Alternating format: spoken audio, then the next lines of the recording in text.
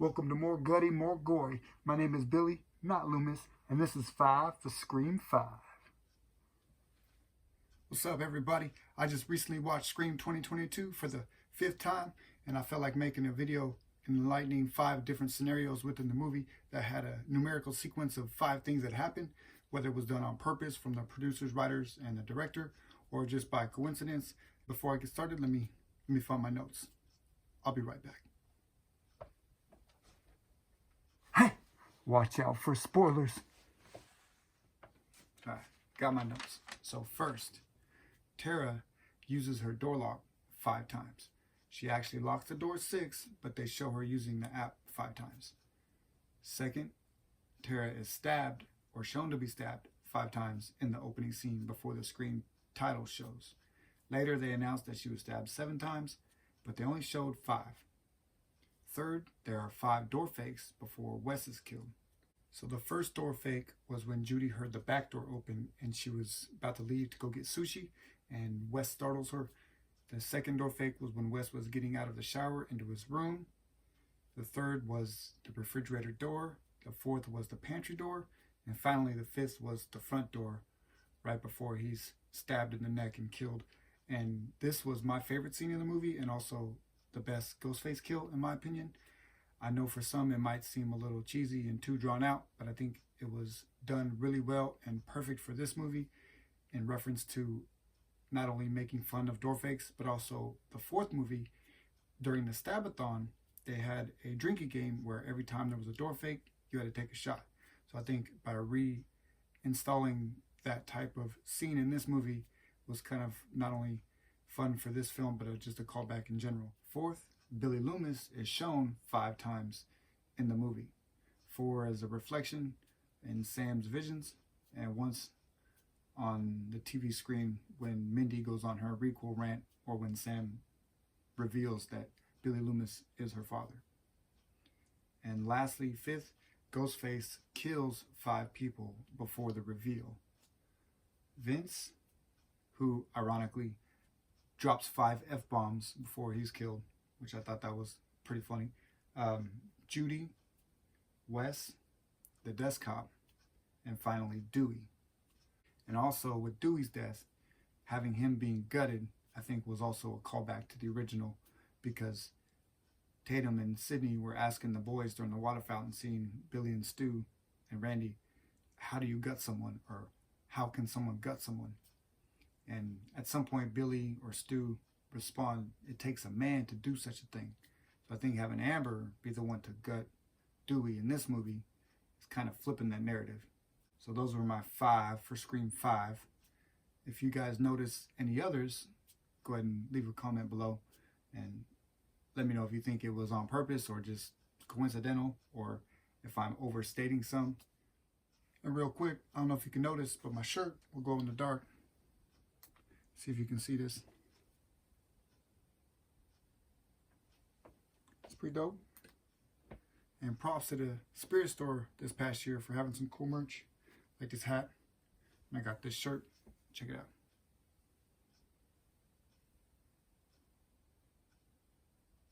Also, make sure you check out More Gutty, More Gory, episodes 1 and 2, featuring Fallen, my favorite movie of all time, and Demon Eye, which is a Tales from the Crypt classic. Sorry about that.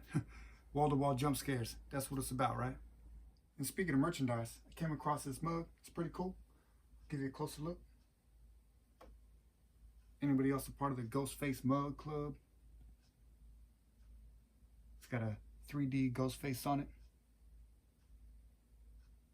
Ha! Gotcha.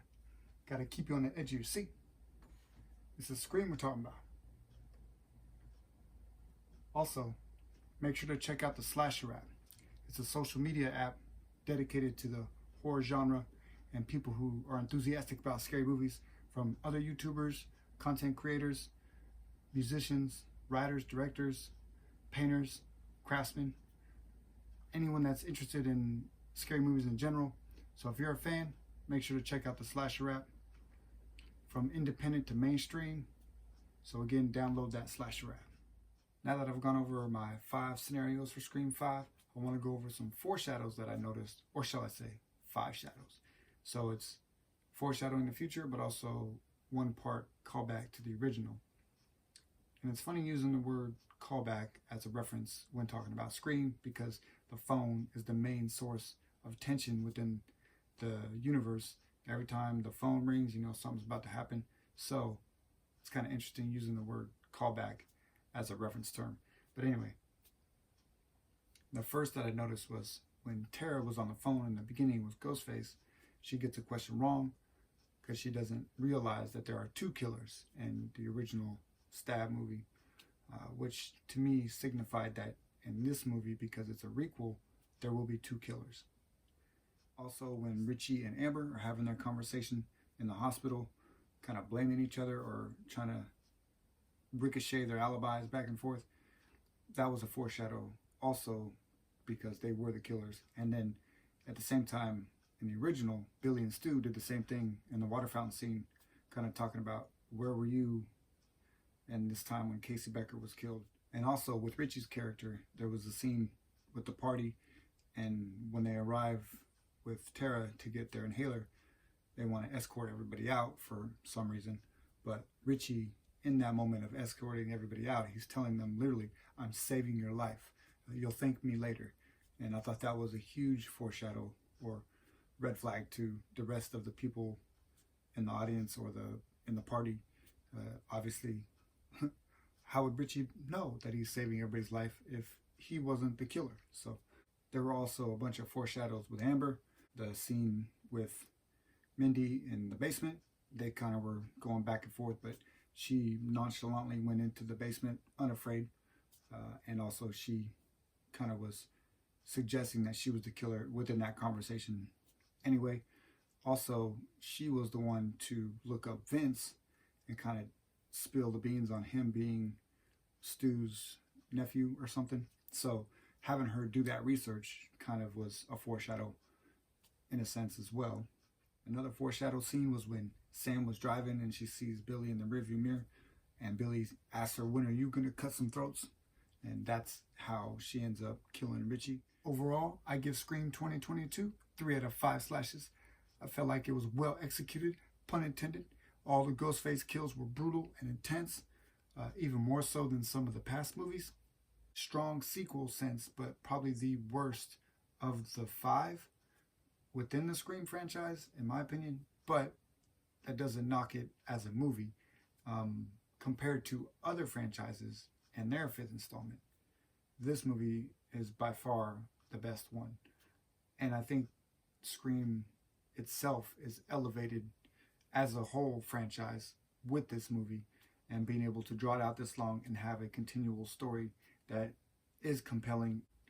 I enjoyed having all the legacy characters back. I enjoyed the new characters, especially Mindy and Chad. They were a lot of fun. And with the new cast of characters in Scream 5, I enjoyed all of them for different reasons. Some were obviously more stronger than others, but Tara's character first was very compelling, and her dialogue with Sam was very emotional, and it felt like she was very genuine in her delivery. Sam being the next final girl, kind of like Sydney, I felt like she was a very strong, independent, and self-aware character. So that was nice to see her in that role. Chad and Mindy were both fun and entertaining. I felt like Chad, although a lot of his lines felt like he was performing like Barry from I Know What You Did Last Summer, I felt like some of his dialogue was kind of random. He had made a statement about the looming specter of death, and I feel like I've heard that line before in some other movie. Plus, he used the phrase douche nozzle, which is the most random insult. I don't think I've ever heard that used in a real context. But his best line was when he was making out with Liv and she wanted to go upstairs, and he was like, nah, we need to stay down here with all the people. I felt like that was very funny for the moment. Also, Mindy's character replacing the Randy, in a sense, being Randy's niece. This was very rewarding as a fan to see another character embody that kind of role and give a performance like she did. It was a little over the top in cases, but I think she had the best dialogue and the best performance and the most charismatic of the group. Wes, I think, was highly underrated.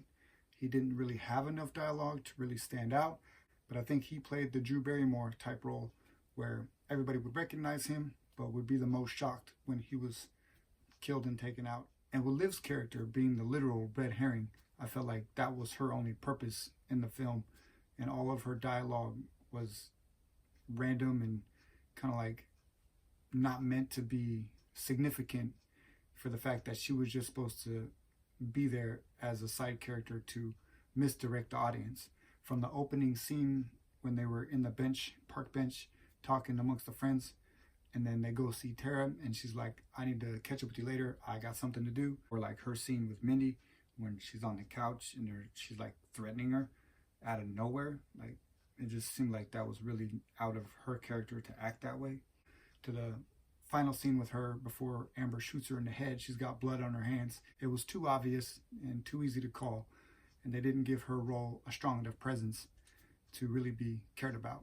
And with Richie and Amber ended up being the killers, I feel like it made sense, because first with Richie, he was the boyfriend, and Dewey had called it early in the film, but this movie being a requel, also going back to the original, where Billy was the killer in the original, who was Sydney's boyfriend, then, well, it would only make sense that Sam's boyfriend in this movie would have to be the killer. It also is foreshadowed in some level by Randy in the past, because he makes a statement in one of the other movies about there's always some BS reason to kill your girlfriend. So I think for this film, it made sense. And also, I feel like Richie's character was the voice of the audience, or he would act in a way that would reflect how the audience would react in the scenarios. So they were driving to Stu's house, and he was asking what the address was, or they were asking what the address was, and he said 123 No Fucking Way Lane, which was my favorite line of his in the movie. Also, when they got there, they were all like, we're just going to go inside for a minute. And he's like, if you think I'm staying in this car and get murdered, you're out of your mind. He would also say something about, the best thing for us to do is to get out of this town and keep all our blood in our body. I think he said and did things in a way that the audience would relate to. And I feel like that was a strong misdirect for the audience. Although Richie's worst dialogue was when he was about to be killed by Sam, and he says, what about my ending? I felt like that was the most random thing to say after you had been stabbed 21 times. I don't know. It just didn't seem right for his character to say that in that moment. I feel like Amber's performance was excellent.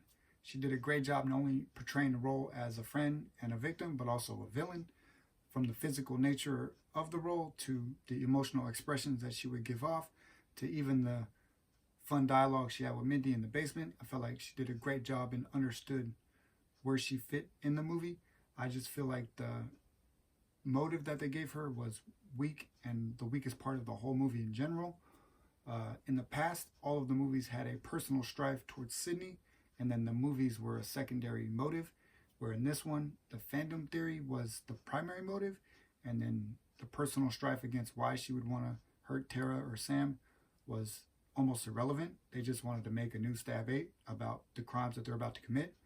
And I feel like that was not believable or plausible as an emotional rage against somebody, why somebody would want to commit these kind of crimes.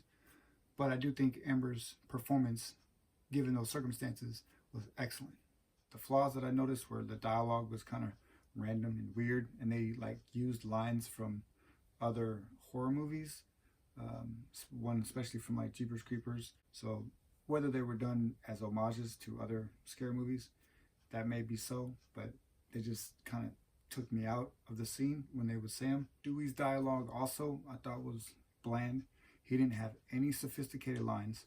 In all of the other movies, him and Gail have some kind of conversation, and he would say some sentence that's got a lot of big words in it to make him, to show that he's smarter than he looks or acts. And they didn't do that in this movie, so I feel like they didn't give Dewey his due justice before they killed him in this movie. A couple flaws with the hospital attack with Sam. The killer comes from behind the door, but how would she not hear him on the phone right next to her? I thought that was kind of weird. Also, she's never touched by the killer when she's attacked at all. She ducks and misses and hits him and moves the chairs around, and then when she runs out, comes back, the killer's gone, obviously. but the doors open again, so the killer could have still either been behind that door or she was never attacked in the first place and just kind of made it up in her head. I think it was meant to be that way, you know, ambiguous, but it didn't make any sense because with the alibis that Richie and Amber had, there really was no way for either one of them to be there in that same segment, even though the time frame isn't established, but it felt like it was all really close in time. And if they were in other locations, especially like Amber was at a hospital or at a police station being questioned, there was no way for her to be there. And if Richie was in the hospital and Tara not notice him leave, like, I don't know, I just felt like kind of a weird scene for that to play out the way it did, without it being Sam's delusion. I like how Sydney was living on Elm Street when she was in Woodsboro, and I don't remember them ever mentioning that in any of the other movies or picking up on that, so I think having them say it in this one to re-emphasize that is a cool homage to Wes Craven. And the whole 4 West thing was really cool, really admired that. Sam Carpenter as relates to John Carpenter, I think that was a cool homage. And that's going to do it for this episode. So thank you for watching More Gutty, More Gory. Make sure to keep it original, natural, and don't be a douche nozzle. Come back and see me in the next video.